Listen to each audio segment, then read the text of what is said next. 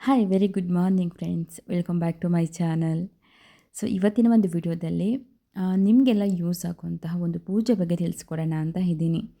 ನನ್ನ ಜೀವನದಲ್ಲಿ ನಾನು ಮಾಡಿದಂತಹ ಮೊದಲನೇ ವ್ರತ, ನಾನು ನಿಜವಾಗ್ಲೂ ಎಕ್ಸ್ಪೆಕ್ಟ್ ಮಾಡಿರಲಿಲ್ಲ.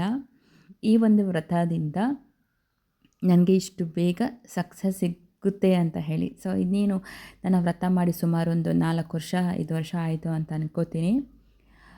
ಈ ವ್ರತವನ್ನು ನಾನು ವೀಣಾ ಜೋಶಿ ಅಮ್ಮನವರ ವಿಡಿಯೋವನ್ನು ನೋಡಿ ಲೈಫಲ್ಲಿ ಫಸ್ಟು ಟೈಮು ನಾನು ವ್ರತ ಮಾಡೋದಕ್ಕೆ ಸ್ಟಾರ್ಟ್ ಮಾಡಿದ್ದು. ನಾರ್ಮಲಾಗಿ ಪೂಜೆಗಳು ಮಾತ್ರ ನಾನು ಮಾಡ್ಕೊತಾ ಇದ್ದೆ. ಬಟ್ ನಮ್ಮ ಜೀವನದಲ್ಲಿ ವ್ರತ ಕೂಡ ನಮಗೆ ಫಲ ಕೊಡುತ್ತೆ ಅಂತ ನಾನು ಅಂದ್ಕೊಂಡಿದ್ದು, ನನ್ನ ಲೈಫಲ್ಲಿ ನಾನು ನೋಡಿದ್ದು ಒಂದು ನನ್ನ ಜೀವನದಲ್ಲಿ ಆದಂಥ ಈ ಒಂದು ಅನುಭವ. ಮತ್ತೊಂದು ಅಂತಂದರೆ ವೈಭವ ಲಕ್ಷ್ಮಿ ಪೂಜೆಯನ್ನು ಮಾಡಿ ಇವತ್ತಿಗೂ ಈ ಕ್ಷಣಕ್ಕೂ ಅವರು ಎಷ್ಟು ಚೆನ್ನಾಗಿದ್ದಾರೆ ಅಂತಂದರೆ ನಿಜವಾಗ್ಲೂ ನಾನು ನಂಬೋದಕ್ಕೆ ಆಗಲಿಲ್ಲ. ನಾನು ಅವ್ರನ್ನ ಫಸ್ಟ್ ಟೈಮು ನಮ್ಮನೆ ಪಕ್ಕದಲ್ಲೇ, ಅಂದರೆ ನನ್ನ ಮದುವೆಗಿಂತ ಮುಂಚೆ ನಮ್ಮಮ್ಮ ಮನೆ ಹತ್ರ ಅವರೇ ಈ ಒಂದು ವ್ರತವನ್ನು ಮಾಡ್ತಾಯಿದ್ರು. ಶುಕ್ರವಾರ ನನಗೆ ಗೊತ್ತಿರಲಿಲ್ಲ ಅವರು ಏನಕ್ಕೆ ವ್ರತ ಮಾಡ್ತಾಯಿದ್ದಾರೆ. ಯಾಕೆಂತಂದರೆ ಅವ್ರು ನೋಡಿದಾಗ ಎವ್ರಿ ಫ್ರೈಡೇ ಏನು ಮಾಡ್ತಾಯಿದ್ರು ಅಂದರೆ ರೆಡ್ ಕಲರ್ ಸ್ಯಾರಿ ಉಟ್ಕೊತಾಯಿದ್ರು. ರೆಗ್ಯುಲರಾಗಿ ಒಂದೇ ಸ್ಯಾರಿನೇ ಹಾಕೋತಾಯಿದ್ರು. ಅದಾದಮೇಲೆ ಕತ್ತಿಗೆ ಒಂದು ಚೈನ್ ಹಾಕ್ತಾಯಿದ್ರು. ಅದು ಲಕ್ಷ್ಮಿ ಡಾಲರ್ ಥರ ಇತ್ತು ಅವ್ರ ಹತ್ರ, ನನಗೆ ಇವತ್ತಿಗೂ ನೆನಪಿದೆ. ಸೊ ಅವರು ಈ ವ್ರತ ಮಾಡಬೇಕಾದ್ರೆ ಒಂದು ಫ್ಲೋರಲ್ಲಿದ್ದರು, ಓಕೆನಾ. ಸೊ ಹಂಗೋ ಹಿಂಗೆ ಕಷ್ಟಪಟ್ಟು ಒಂದು ಫ್ಲೋರ್ ಮನೆ ಕಟ್ಕೊಂಡಿದ್ರು. ಸೊ ಇವತ್ತು ಅವರು ಎಷ್ಟು ಬಾಡಿಗೆ ಮನೇಲಿದ್ದಾವೆ ಅಂತಂದರೆ ನಿಜವಾಗ್ಲೂ ಹೇಳ್ತೀನಿ, ನನಗೆ ಶಾಕ್ ಆಗುತ್ತೆ.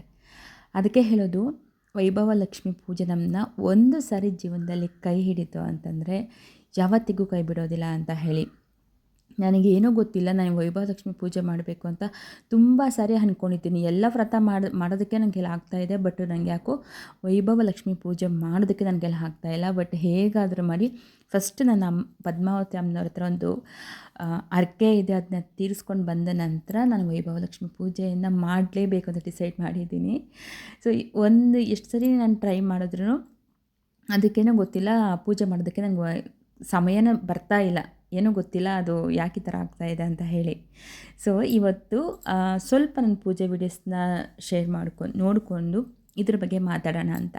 ನಿಮ್ಗೆ ಯಾರಿಗಾದ್ರೂ ಈ ವ್ರತದ ಬಗ್ಗೆ ಇನ್ಫಾರ್ಮೇಷನ್ ಬೇಕು ಅಂದರೆ ಹೇಳಿ, ಖಂಡಿತ ನಾನು ನೆಕ್ಸ್ಟ್ ವೀಡಿಯೋದಲ್ಲಿ ತಿಳಿಸ್ಕೊಡ್ತೀನಿ, ಓಕೆನಾ. ಬಟ್ ಇವತ್ತು ನಾನು ಹೇಳಿ ಬಂದದ್ದು, ಗಣೇಶನಿಗೆ ಕಡಲೆ ಹಾರವನ್ನು ಹಾಕಿ ವ್ರತವನ್ನು ಮಾಡುವುದು. ಇದು ಮಂಗಳವಾರ ಅಥವಾ ಬುಧವಾರ ಮಾಡಬೇಕು. ಹಿಂದಿನ ದಿನ ಅಂದರೆ ನಾನು ಮಾಡಿದ್ದು ಮಂಗಳವಾರನೇ ಮಾಡ್ತಾಯಿದ್ದೆ, ಬುಧವಾರ ಮಾಡಲಿಲ್ಲ. ಬಟ್ ಮಂಗಳವಾರ ಕಂಟಿನ್ಯೂಸ್ ಆಗಿ ಮಾಡ್ತಾಯಿದ್ದೆ. ಸೊ 21 ವಾರ 11 ವಾರ ಈ ರೀತಿ ಹೇಳಿ ಸಂಕಲ್ಪವನ್ನು ಮಾಡಿಕೊಂಡು ಮಾಡ್ತಾರೆ. ನಮ್ಗೆ ತುಂಬ ದೊಡ್ಡ ಕೋರಿಕೆಗಳಿತ್ತು ಅಂತಂದರೆ ಒಂದು 21 ವಾರ ಅಂದ್ಕೊಂಡು ಸಂಕಲ್ಪವನ್ನು ಮಾಡಿಕೊಂಡು ಪೂಜೆಯನ್ನು ಮಾಡಿ. ನಾನು ಮಾಡಿದ್ದು ಇಷ್ಟು ಸರಳವಾಗಿ ಮಾಡಿದ್ದೆ ಅಂತಂದರೆ ನಿಜವಾಗ್ಲೂ ನಾನು ಹಳೆ ಹಿಂದಿನ ಫೋಟೋಸ್ ನೋಡಿದ್ರೆ ಆವಾಗ ಇಷ್ಟು ಸರಳವಾಗಿ ನಾನು ವ್ರತ ಪೂಜೆ ಮಾಡ್ತಾಯಿದ್ದೆ. ಬಟ್ ನಂಗೆ ಅಷ್ಟು ಅಧಿಕ ಫಲ ಸಿಗ್ತಾ ಇತ್ತಲ್ಲ. ಬಟ್ ಈಗ ಇಷ್ಟು ಚೆನ್ನಾಗಿ ಅಂದರೆ ಸೇವೆ ಮಾಡ್ತಾ ಇನ್ನೂ ಚೆನ್ನಾಗಿ ಮಾಡಬೇಕು ಅನ್ನೋ ಮನಸ್ಸು ಜಾಸ್ತಿ ಆಗ್ತಾ ಇದೆ ಬಿಟ್ಟರೆ. ಬಟ್ ಯಾಕೆ ಅಷ್ಟೊಂದು ಸ್ಟ್ರಾಂಗ್ ಆಗಿಲ್ಲ ಅಂತ ನನಗೆ ಇವತ್ತಿಗೆ ಅರ್ಥನೇ ಆಗ್ತಾಯಿಲ್ಲ. ನಾನು ನಿಜವಾಗ್ಲೂ ಹೇಳ್ತೀನಿ, ಗಣಪತಿಗೆ ನಾನು ಏನು ಮಾಡ್ತಾಯಿದ್ದೆ ಅಂತಂದರೆ ಹಿಂದಿನ ದಿನ ಸೋಮವಾರ ರಾತ್ರಿ ಕಡಲೆಕಾಳನ್ನ ನೆನೆಸಿಟ್ಬಿಡ್ತಾಯಿದ್ದೆ. 21 ನಮಗೆ ಕಡಲೆಕಾಳು ಬೇಕು.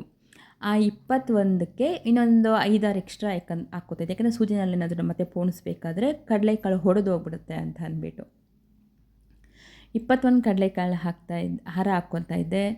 ಅದ್ರ ಜೊತೆಗೆ ತಪ್ಪದೆ ಏನಂತಂದರೆ ಗರಿಕೆಯನ್ನು ಇಡ್ತಾಯಿದ್ದೆ, ಓಕೆನಾ. ಗರಿಕೆಯನ್ನು 21 ಗರಿಕೆ ಇಟ್ಕೊತಾ ಇದ್ದೆ. ಇನ್ನು ಅದ್ರ ಮೇಲೆ ನನಗೇನು ಅನಿಸುತ್ತೆ ಅದು ಸ್ವಲ್ಪ ಒಂದು ಎಕ್ಕದು ಒಂದು ಸ್ವಲ್ಪ ಈ ರೀತಿ ಇಟ್ಕೊಂಡು ನಾನು ಪೂಜೆಗೆ ರೆಡಿ ಮಾಡ್ಕೊತಾ ಇದ್ದೆ. ಇನ್ನು ನೈವೇದ್ಯಕ್ಕೆ ಗಣಪತಿಗೆ ಅಂತ ಹೇಳಿ ಸಕ್ಕರೆ ಮತ್ತು ಖರ್ಜೂರ ಇಟ್ಕೊತಾ ಇದ್ದೆ. ಸೊ ಇಷ್ಟೇ, ಮತ್ತು ಬೆಲ್ಲ ಇಟ್ಕೊತಾ ಇದ್ದೆ ಅಂತ ಅಂದ್ಕೊಳ್ಳಿ. ಸೊ ಇಷ್ಟು ಬಿಟ್ಟರೆ ನಾನು ಇನ್ನೇನೂ ಉಪಯೋಗಿಸಿರಲಿಲ್ಲ.